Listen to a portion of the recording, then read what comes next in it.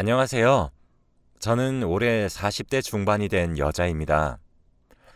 몇 년 전 저희 남편이 저 몰래 해왔던 일들이 다 들통이 나서 제가 크게 충격받았던 일이 있었어요. 그 일이 있고 나서부터는 저는 남편을 더 믿게 되었고 의지하게 되었습니다. 저는 어렸을 적부터 아버지와 남동생 그리고 저 셋이서 함께 살았어요. 원래 어머니까지 해서 4명이서 살았지만 한 사건 이후로 어머니가 집을 나가셨어요. 아버지는 경찰관이셨는데 용의자를 체포하다가 교통사고가 났고 그 이후로 지적 장애인이 되시고 말았죠. 저희 집을 먹여 살리시던 아버지가 하루아침에 유치원생 수준의 지능을 가져버렸으니 어머니는 아버지를 책임질 자신이 없으셨고 결국 저희 몰래 야반 도주를 하셨습니다. 처음에는 어머니가 집을 나가서 며칠 동안 들어오지 않은 적이 자주 있었기에 분명히 다시 돌아오실 줄 알았어요. 그런데 저희의 예상과 다르게 어머니는 몇 달이 지나도 돌아오지 않으셨고 결국 저와 남동생 그리고 지적장애인 아버지까지 이렇게 셋이서 살게 되었습니다. 아버지가 밖에서 일을 하실 수 없으니 저와 남동생이라도 일을 해야 하는데 남동생은 아버지가 그렇게 되고 어머니가 집을 나가신 뒤로부터 계속 엇나가기만 했어요. 저는 성인이었고 남동생은 고등학생이었는데 질이 좋지 않은 애들이랑 어울려 다니고 저는 학교에 자주 불려가서 사과도 드리기도 했고 동생이 강제 전학을 가야 하는 상황이면 저희 집도 이사를 해야 하기 때문에 아주 힘들었습니다. 제가 이런 악순환이 반복되니까 동생을 붙잡고 울고 불며 제발 정신 좀 차리라고 말을 한 적이 있었어요. 그치만 제가 이렇게 말해도 동생은 듣는 둥 마는 둥 했고 더 엇나가기만 하더군요. 그래서 어쩔 수 없이 제가 저희 집안의 가장이 되어서 살아야 했습니다. 하루는 남동생 학교에서 연락이 와서 가보니 동생이 또 같은 반 친구를 때렸더라고요. 제가 교무실도 들어가니 의자에 동생이 앉아 있었고 옆에는 피해자 학생과 부모님이 서 계셨습니다. 그런데 딱 봐도 피해자 부모님은 화가 잔뜩 난 얼굴로 동생을 치면서 부모님 어디 있어? 당장 부모님 데려와! 라고 하고 있더라고요. 저는 마음을 다잡은 채로 교무실로 들어가서 인사를 드렸습니다. 그런데 저를 보시고는 어쭈? 부모 없어? 역시 이러니까 가정교육 못 받은 애들이랑은 상종을 하면 안 돼. 우리 귀한 아들 얼굴 어떡할 거야? 라고 하는 겁니다. 저는 아무 말 없이 죄송합니다. 정말 죄송합니다. 제가 동생 교육 잘 시킬게요. 라고 했고 동생은 사과하는 저를 보고 누나가 왜 사과해? 사과 받아야 할 사람은 나라고! 하더라고요. 저는 동생의 그런 모습이 피해자 부모님의 화를 더 불러일으킬까봐 너 뭐 하는 거야? 지금 당장 무릎 꿇고 사과드려도 모자랄 판에 라고 하며 더 화를 냈어요. 그러니까 동생은 아씨 거리며 화를 못 참았습니다.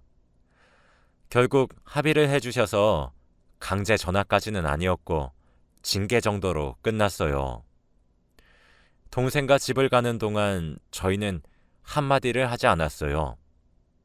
그런데 동생이 누나 라고 하며 말을 먼저 꺼내더라고요. 누나, 진짜 걔가 나한테 사과했어야 했던 일이었어. 무슨 말이야? 걔가 나한테 뭐라고 했는 줄 알아? 무슨 말? 우리 아빠 경찰 때 같이 일하던 후배가 걔네 아빠래. 그런데 우리 아빠 장애인 되고 경찰 그만두니까 걔네 아빠가 승진했다고 나한테 고맙다고 하더라. 그러면서 우리 집안 욕을 엄청나게 하는데 내가 그걸 듣고서 가만히 있어? 동생이 한 말은 정말 충격적이었어요. 지금 생각해보니 제가 허리 굽혀 사과하고 있을 때 피해자가 계속 웃고 있었는데 아마 그 사람의 눈에는 저희가 가소로워 보였겠죠. 저희는 집에 가는 내내 아무 말 없이 서로 생각에 잠겼고 그렇게 집으로 돌아와서도 각자 방으로 들어간 뒤에 대화를 하지 않았습니다. 아버지는 유치원생 수준의 지적 장애인이라 대소변을 가리시지 못하고 밥도 혼자 못 드세요. 그래서 저희가 늘 옆에서 기저귀도 갈아드려야 하고 식사 시간이 되면 밥을 차려서 떠 먹여드려야 합니다. 그런데 동생은 밖에서 방황하기만 하니 절대 아버지의 수발을 들 생각이 없었고 항상 아버지를 간병하는 건 늘 제 몫이었죠. 그런데 동생은 고등학생까지 방황을 할 줄 알았는데 성인이 되고 나서도 별로 달라진 건 없었습니다. 밖에서 뭘 하고 다니는지 매일같이 집에서 나갔고 집으로 들어오면 늘 저녁이었어요. 저는 직장을 다니고 있었는데 제가 일을 할 동안 아버지를 돌봐줄 사람이 없으니 간병인을 고용할까 또 싶었지만 돈이 너무 부족했고 어쩔 수 없이 제가 매일 점심시간 때마다 집에 가서 아버지를 간병하고 밥을 먹인 다음 저는 다시 회사로 가야 했어요. 이런 하루가 매일같이 반복되니까 삶에 낙이 없었고 저는 평생 결혼을 못할 줄 알았습니다.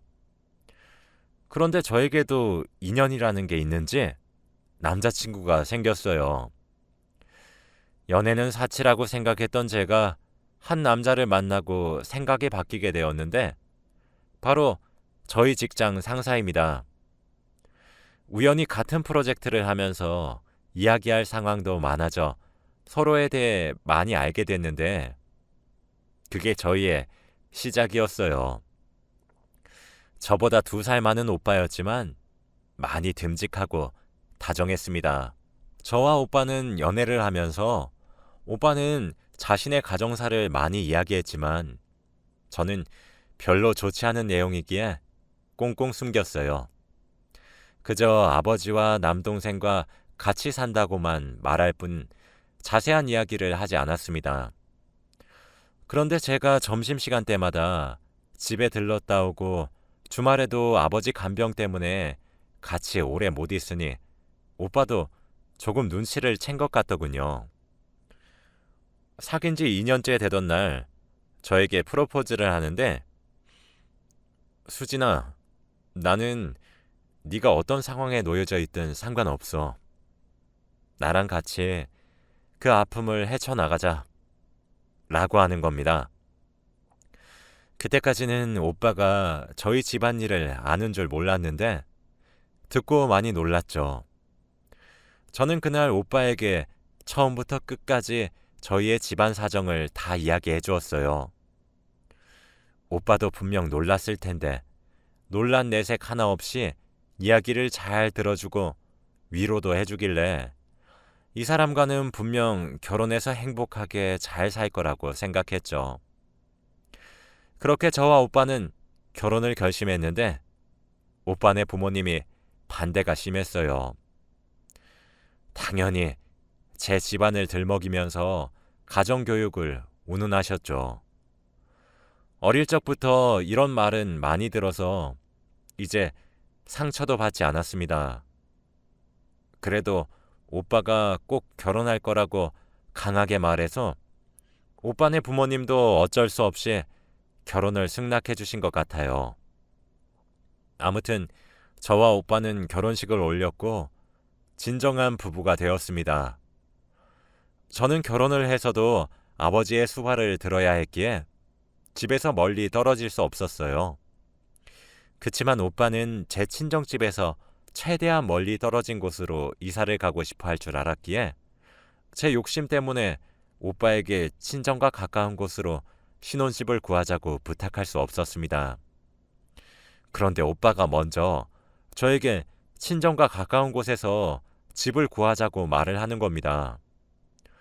저는 괜찮다고 했지만 오빠는 자기가 더 마음 쓰인다면서 그러자고 했고 저는 너무 고맙다고 했죠.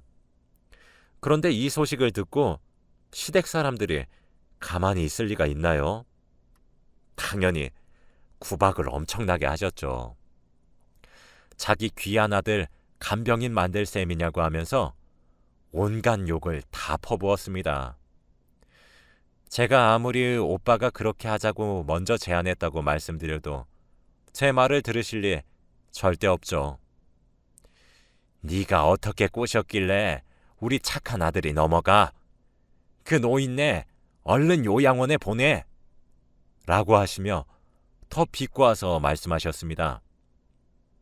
오빠는 그럴 때마다 우리 엄마 아빠 이야기 무시하고 그냥 같이 살자 라고 했고 오빠 말을 따르기로 했습니다. 그렇게 저희는 본가와 가까운 거리로 신혼집을 구했어요. 저는 정말 행복한 신혼생활을 즐겼고 저는 틈틈이 본가에 가서 아버지의 수발을 들었습니다. 그런데 제가 갑자기 임신을 하고 말았어요. 신혼생활한 지 얼마 되지 않았을 때 알게 된 사실입니다. 저는 너무 기쁘기도 했지만 한편으로는 제가 만삭이 되고 산후조리를 할 때 아버지를 돌볼 사람이 없다는 게 조금 마음에 쓰이더라고요. 그런데 저희 남편은 너무 기쁘다며 하루 종일 동네방네 자랑하고 다녔고 저와 사이가 좋지 않던 시댁 사람들도 먼저 저에게 연락이 와서 손주 얼른 보고 싶다고 하시는 겁니다. 저는 그래도 좋은 게 좋은 거라고 임신을 즐기기로 했고 남편도 저에게 잘해주었습니다.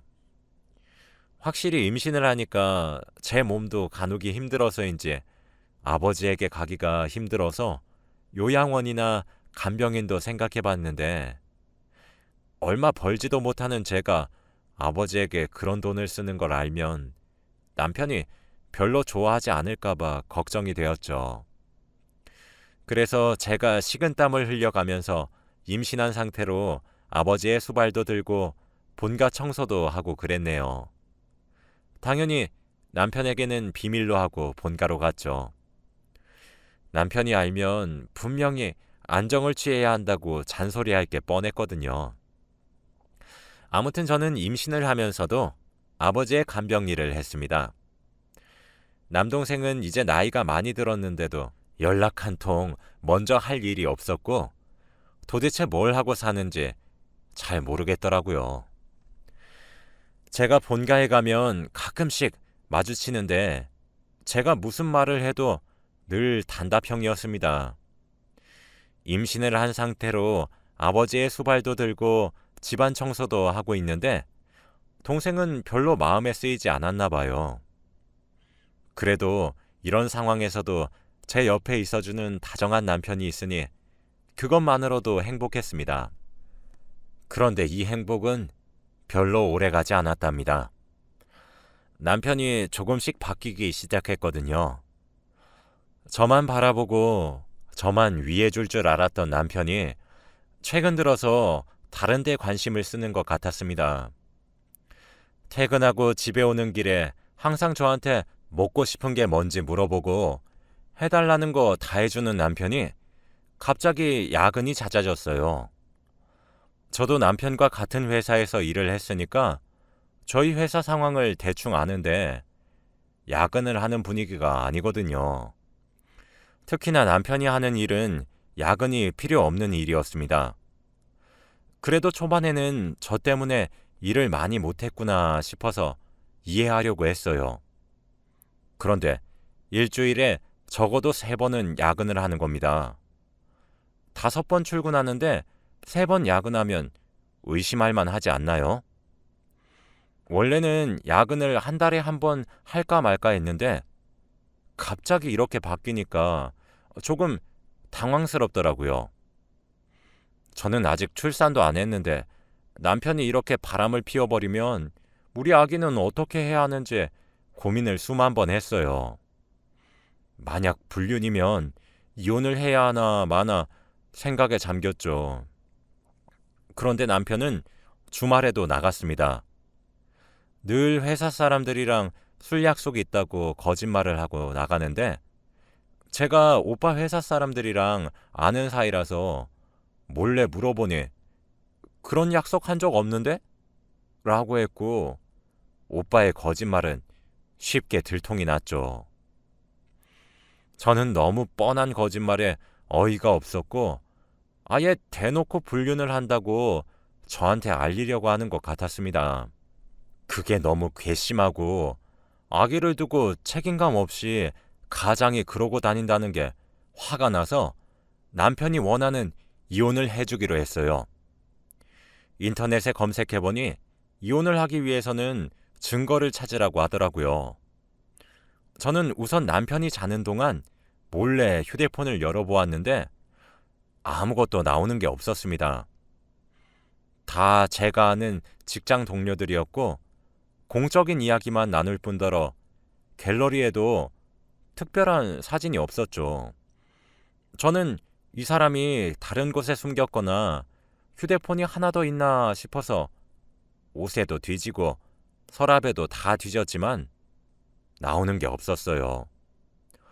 저는 다음 날부터 남편을 미행하기로 했습니다. 회사 퇴근 시간에 맞춰서 건물 앞에 숨어 있는데 야근을 한다던 남편은 역시나 야근을 하지 않았고 마치고 바로 마트로 가는 겁니다. 혹시 자기가 만나는 여자 집에 가서 맛있는 음식을 해먹기 위해 장을 보는 건 아닐까 의심을 했습니다. 그래서 저는 그 집까지 따라가서 그 여자와 놀고 있을 때 침입하려고 했죠. 남편이 장을 잔뜩 보고 마트에서 나와서 한 10분 정도 걸어서 한 집으로 들어가더라고요. 그런데 그곳은 바로 저희 집이었습니다. 저는 너무 놀라고 벙쪄 있었고 차마 들어가지 못하겠더라고요. 솔직히 그때 뉴스에서만 보던 폭행 이런 것도 생각했던 것 같아요. 저는 생각에 잠긴 채로 집으로 돌아와서 인터넷에 찾아보기 시작했어요. 그런데 사람들이 남편이 아버지를 폭행하는 것일 수도 있다고 하는 겁니다. 저는 갑자기 무서워지고 두려워지면서 확실한 증거를 찾기로 했어요. 남편이 밤에 들어와서 잠에 들었을 때 남편 몰래 차키를 들고 남편 차에 타서 블랙박스를 확인해 보기로 했죠. 블랙박스를 확인해 보니 매일 가는 곳은 바로 저희 집이었습니다. 야근을 한다던 남편이 매일같이 저희 친정집에 가서 도대체 밤까지 무슨 일을 벌이는지 궁금하더라고요. 처음에는 불륜인 줄 알았던 남편이 혹시나 범죄자일 수도 있다는 생각이 드니까 너무 무섭고 저도 혹시나 나쁜 일을 당할까봐 아무것도 못하겠더라고요. 그래도 저희 아버지고 집안 일인데 제가 나서지 않으면 더 상황이 나빠질 것 같아서 며칠 뒤에도 남편을 미행했어요. 남편은 역시 마트에서 장을 보고 저희 집으로 갔고 저는 저희 집에서 남편이 도저히 무슨 일을 벌이고 있을지 모르기에 경찰관들을 불렀고 경찰관들이 도착하고 나서 같이 문을 쾅 열더라고요. 경찰관 몇 명들이 총기를 손에 쥐고 꼼짝 마! 라고 하며 저희 집에 들어갔고 남편과 아버지가 보이지 않았습니다. 저는 순간 너무 무서워지면서 이방저방 다 수색하는데 바로 아버지 방에 있더라고요. 그런데 그곳에서 남편이 하는 행동은 정말 충격적이었습니다. 바로 저희 아버지 기저귀를 갈고 있었거든요. 기저귀를 갈다가 갑자기 경찰들이 들이닥쳐 꼼짝 마 이러니 남편과 아버지 둘 다 당황을 하는 겁니다. 그런데 무엇보다 당황한 건 바로 저였습니다. 정말 남편이 저희 아버지 수발을 들고 있는 모습이 너무 낯설었었거든요. 사실은 제가 배가 점점 나오니까 움직이기도 힘들어서 집에 한동안 못 가고 있었는데 그때 남동생이 먼저 저에게 연락이 와서 자기가 아버지 수발을 들겠다고 하는 겁니다. 그래서 저는 드디어 철이 들었나 싶어서 남동생만 믿고 있었어요. 그런데 남동생이 아니라 그동안 아버지의 수발을 든 건 바로 남편이었습니다. 저는 상황이 이해가 된 후 경찰관님께 연신 사과를 하면서 보내드렸고 남편과 이야기를 나누었죠. 남편의 이야기는 정말 충격적이었습니다. 임신한 채로 친정에 왔다 갔다 하는 걸 알고 있었다고 하더라고요. 그래서 일부러 제가 쉬게 하기 위해서 일부러 남동생한테 누나한테 네가 아버지 수발 든다고만 해줘 라고 했다네요. 여전히 남동생은 밖으로 방황하고 있고 그동안 남동생이 아버지의 간병을 했던 게 아니라 바로 저희 남편이 간병을 하고 있었습니다. 저는 너무 감동적이라 눈물이 흐르고 말았어요. 남편이 매일같이 거짓말을 하길래 불륜이나 범죄를 저지르고 있는 줄 알았는데 의심한 게 너무 미안하더라고요. 그리고 저번에는 휴가까지 내서 아버지를 병원에서 치료를 받게 해주었다고 합니다.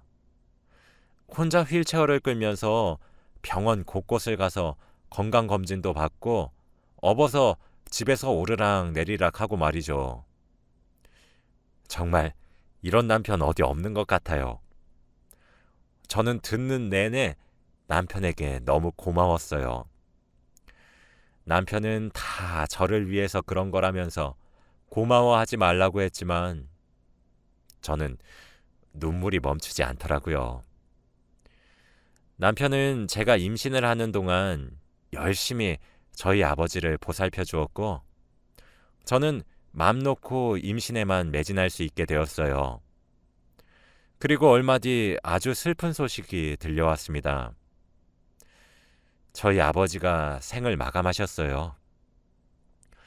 장례를 하는데 철없던 막내 동생은 그제서야 정신을 차렸는지 장례식장에서 엄청나게 울었고 하루 종일 술만 먹더군요. 그런데 남편에게 고마운 점이 바로 저와 같이 상을 치러줬어요. 남동생과 원래 같이 해야 하는데 술만 먹으면서 울고만 있으니 남편이 같이 해주더라고요. 며칠 동안 남편이 많이 도와주었고 제 옆에서 저를 많이 위로해 주었답니다. 사람들이 오면 같이 절도 해주고 하면서 옆에 누군가 있는 게 많이 힘이 되었어요. 저는 아직도 그때의 일을 떠올리면 결혼 참 잘했다는 생각이 드네요. 아마 돌아가신 아버지도 사위 하나는 잘 드렸다고 생각하실 거예요. 친정아버지 간병해주고 친정아버지 상 같이 치러주는 남편 있나요? 지금은 아이를 낳고 새 가족이서 잘 살고 있어요. 남동생은 철이 들어서 직장을 구해서 혼자 돈을 벌고 있습니다. 이제 얼추 화목한 가족의 느낌이 납니다. 여러분도 꼭 저처럼 좋은 남편 만나시길 바래요. 제 이야기는 여기까지입니다. 들어주셔서 감사합니다.